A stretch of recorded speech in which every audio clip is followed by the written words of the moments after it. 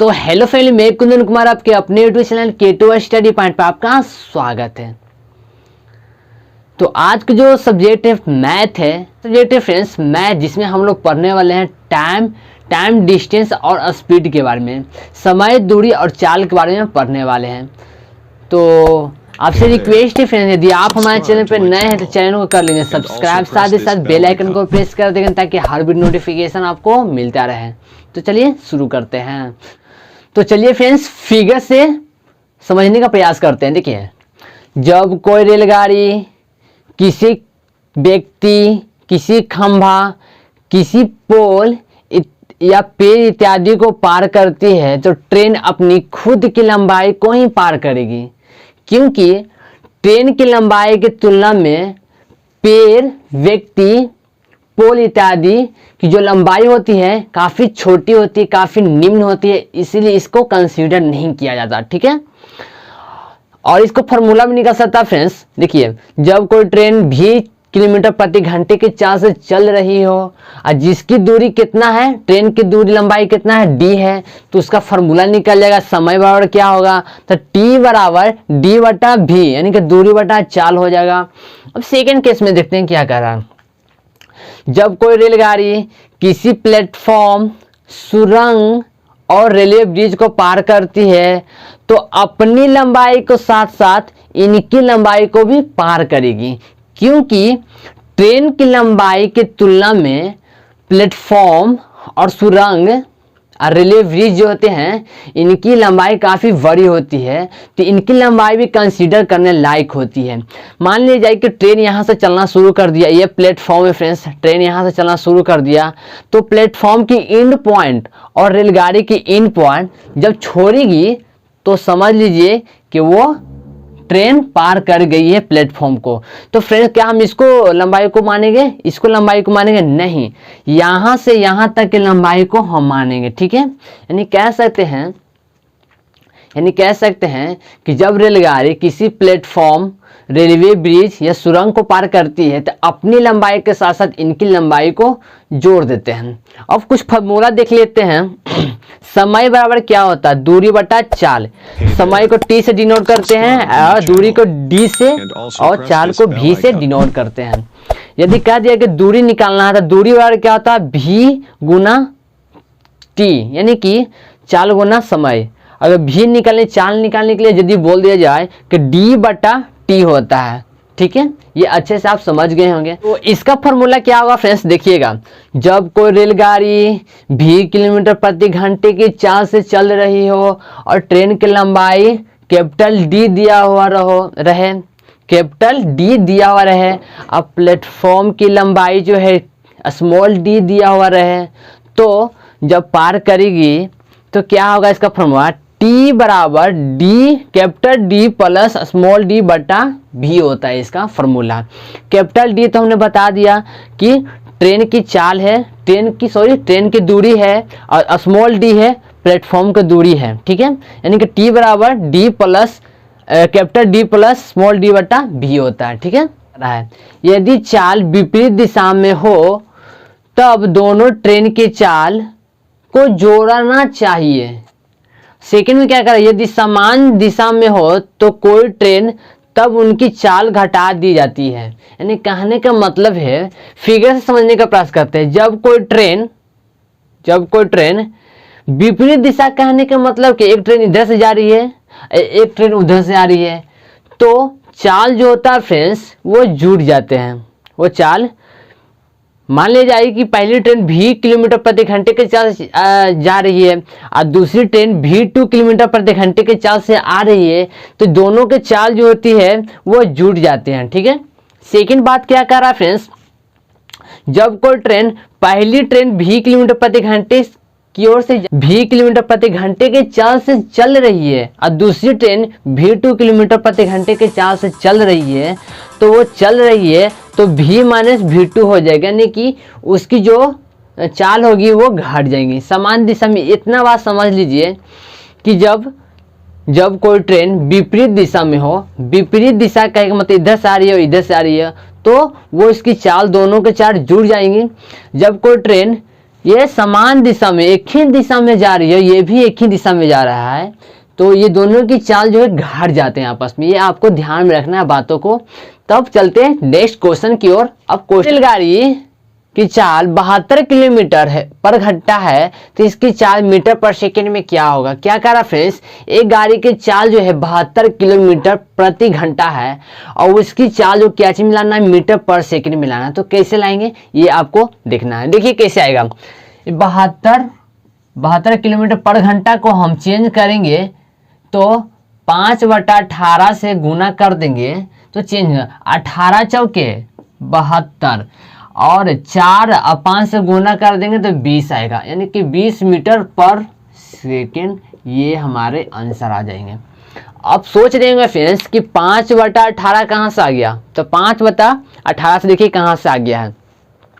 Kilometre प्रति घंटा को चेंज करना है मीटर पर सेकेंड में, तो हम जानते हैं कि 1 किलोमीटर में कितना मीटर होता है, तो 100 मीटर होता है। और एक घंटा में कितना मिनट होता है, तो 1 घंटा में 60 मिनट होता है। तो मिनट को हम चेंज करेंगे सेकेंड में, तो सेकेंड में चेंज करेंगे 60 से गुना कर देंगे तो मीटर पर सेकेंड में आ जाएंगे, सेकेंड में हो जाएंगे। तो 0 से 0 कैंसिल होगा फ्रेंड्स, 0 से 0 कैंसिल, ये 0 से 0, ये 0 से 0 कैंसिल, ये 5 दूनी के 10, ये 3 दूनी के 6, तो 5/18 यानी कि मीटर पर सेकेंड। ठीक है, यहीं से फ्रेंड्स 5/18 आ गया। ठीक है, आपको देखना है कि 5/ ये तो अलग हो गया, 5/18 और 18/5, ये दोनों भिन्न में से कौन सा भिन्न बड़ा या छोटा है, आपको बताना है। कमेंट में बताइएगा कि ये दोनों में से कौन बड़ा है कौन छोटा। तो मैं आपको यहाँ पे बता देता हूँ, जिसका अंश हर से छोटा होता है वो हो जाएगा छोटा। क्या होगा, छोटा। जिसका अंश हर से छोटा होता है वो छोटा हो जाएगा, जिसका अंश हर से बड़ा होता है वो बड़ा हो जाएगा। ठीक है, ये आपको इतना ध्यान में डालना है, ध्यान में रखना है। तो हम कैसे याद करेंगे, तो एक ट्रिक आपको बता दूंगा, वो उसे याद। ये फ्रेंड्स इस तरह से आप कर सकते हैं, बड़का गुना छोटका रिजल्ट, यानी कि बड़का कौन है फ्रेंड्स, बड़ा कौन है, किलोमीटर प्रति घंटा बड़ा होता है और उसको चेंज करना है मीटर पर सेकेंड में, तो बड़का गुना छोटा, छोटा कौन है, 5/18 है, तो 5/18 से गुना कर दें तो मीटर पर सेकेंड में आ जाएंगे। और छोटका गुना बड़का से गुना करेंगे तो किलोमीटर प्रति घंटा में आंसर आ जाएंगे। तो छोटका कौन है, छोटा कौन सा है, इकाई मीटर पर सेकेंड होता है। और बड़का कौन सा है, तो हमने बताए थे कि 18 सबसे अंश में सबसे बड़ा और हर में उससे छोटा होता है वो बड़ा हो जाएगा। तो 18/5 से गुना करेंगे तो किलोमीटर प्रति घंटा में आ जाएंगे।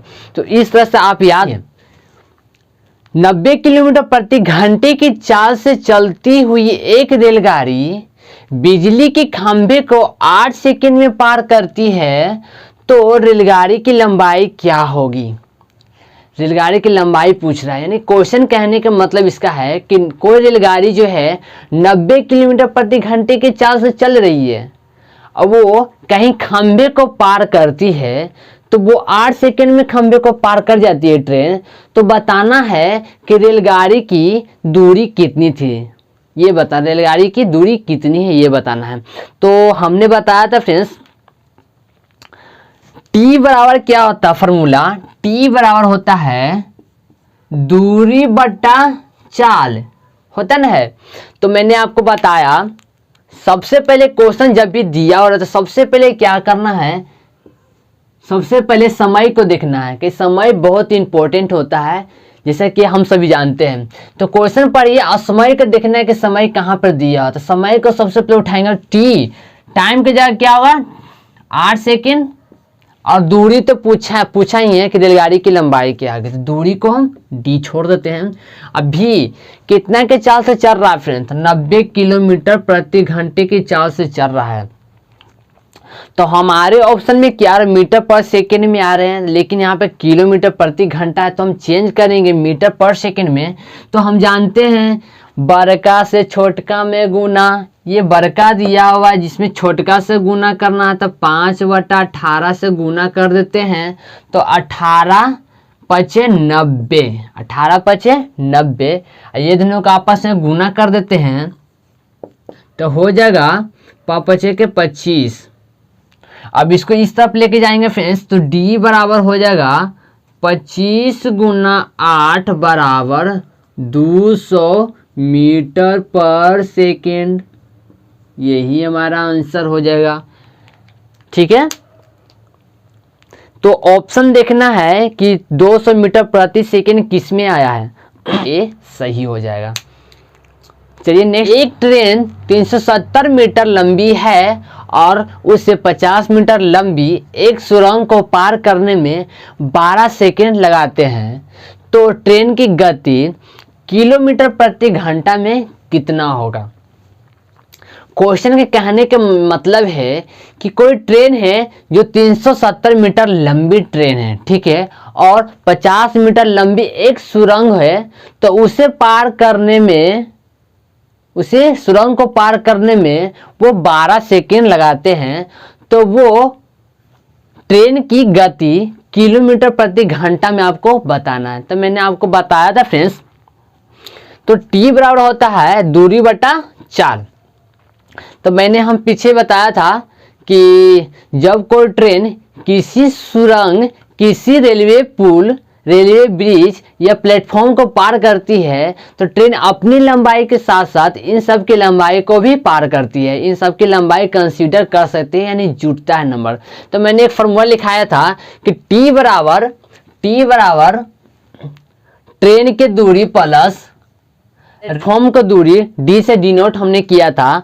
तो फार्मूला पुट करेंगे। सबसे पहले हमने क्या बताया था आपको कि इस तरह के जब भी रेलवे संबंधित प्रश्न आए तो सबसे पहले क्या करना है, टाइम को लेना है, मतलब समय को उठाना है और बनाने का प्रयास कीजिए।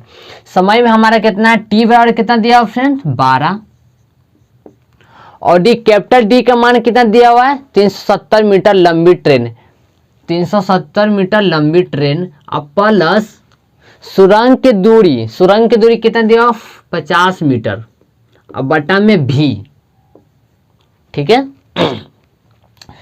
पीछे गुना कर लेंगे फ्रेंड्स तो हो जाएगा भी इधर चलाएगा और ये दोनों को जोड़ देंगे तो 7 5 12, 12 के 2 हाथ में 1, ये होगा 4, 420 बटा 12। अब इसको क्या करना है, काट छाट जे करना वो कर कीजिएगा।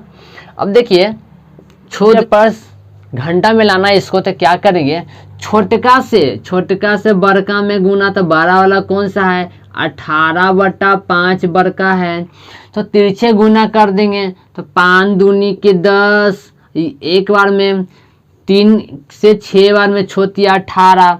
अब इस दोनों को गुना कर देंगे फ्रेंड्स तो आ जाएगा हमारा 6 के 6 छोदनी 12, यानी कि इतना किलोमीटर पर घंटा, 126 किलोमीटर पर घंटा हमारा ये ट्रेन की चाल आ जाएंगे। ठीक है, अब देखना ये है कि ऑप्शन में कौन सा मेरा ऑप्शन नंबर सही होगा। तो ऑप्शन हमारा हो जाएगा फ्रेंड्स, ऑप्शन नंबर हो जाएगा सी, इसका करेक्ट आंसर हो जाएगा। 90 किलोमीटर प्रति घंटे के चाल से चलती हुई एक रेलगाड़ी बिजली के खंभे को 8 सेकंड में तथा एक प्लेटफॉर्म को 20 सेकंड में पार करती है, तो प्लेटफॉर्म की लंबाई क्या होगी। यानी कि क्वेश्चन के कहने का मतलब यह है कि 90 किलोमीटर प्रति घंटे के चाल से चलती हुई एक रेलगाड़ी जो बिजली के खंभे को 8 सेकंड में पार करती है और साथ ही साथ प्लेटफॉर्म को 20 सेकंड में पार करती है, तो बताइए प्लेटफॉर्म की लंबाई क्या होगी। तो मैंने आपको बताया था फ्रेंड्स, मैंने आपको क्या बताया था, टी बराबर क्या होता है डी बटा भी, टी बराबर डी बटा भी होता है।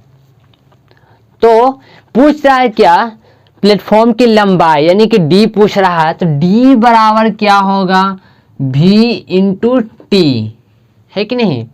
तो अब देखना है डी बराबर भी कितना दिया हुआ फ्रेंड्स, भी दिया हुआ है 90 किलोमीटर।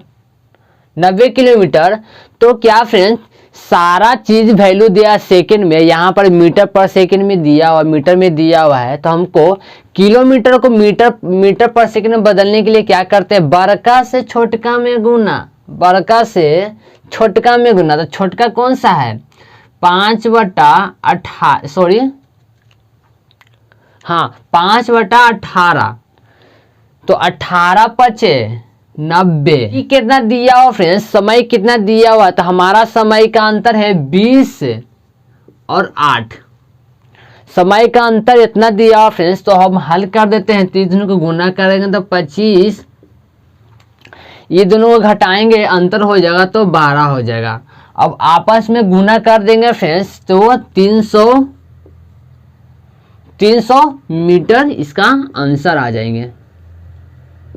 ठीक है, देखिए क्या किए हम, b बराबर v इंटू टी होता है, यानी कि चाल गुना समय होता है। तो चाल हमारा कितना दिया, 90 किलोमीटर प्रति घंटा दिया, तो 90 किलोमीटर प्रति घंटा को हम मीटर पर सेकंड में चेंज करने के लिए हम क्या बताया था आपको कि 5/18 से गुना कर देते हैं। तो 5/18 से गुना करने के बाद दोनों को काट दिए, तो 18 पचे 90, 5 25, तो 25 आ गए। और गुना में टी दिया हुआ है टाइम। अब देखिए टाइम कितना दिया हुआ है, प्लेटफॉर्म कितना समय में पार करती है, तो 20 सेकेंड में पार करती है, और बिजली खंभे को 8 सेकेंड में पार करती है। तो टाइम का अंतर 12 आ गया। अब दोनों को गुना कर देंगे फ्रेंड्स, तो ये हमारे प्लेटफॉर्म की लंबाई निकल जाएंगे। तो ऑप्शन में देखना है कौन सा ऑप्शन नंबर सही होगा। ऑप्शन नंबर हो जाएगा, ये हो जाएगा ए, इसका सही हो। रिक्वेस्ट है फ्रेंड्स, यदि आप हमारे चैनल पे नए हैं तो चैनल को कर लेंगे सब्सक्राइब, साथ ही साथ बेल आइकन को प्रेस कर देंगे ताकि हर नोटिफिकेशन आपको मिलता रहे। तो आज का सफर यही रखते हैं। तो आप हंसते रहिए, मुस्कुराते रहिए, अस्वस्थ रहिए। मिलते हैं नेक्स्ट वीडियो में, तब तक के लिए जय हिंद।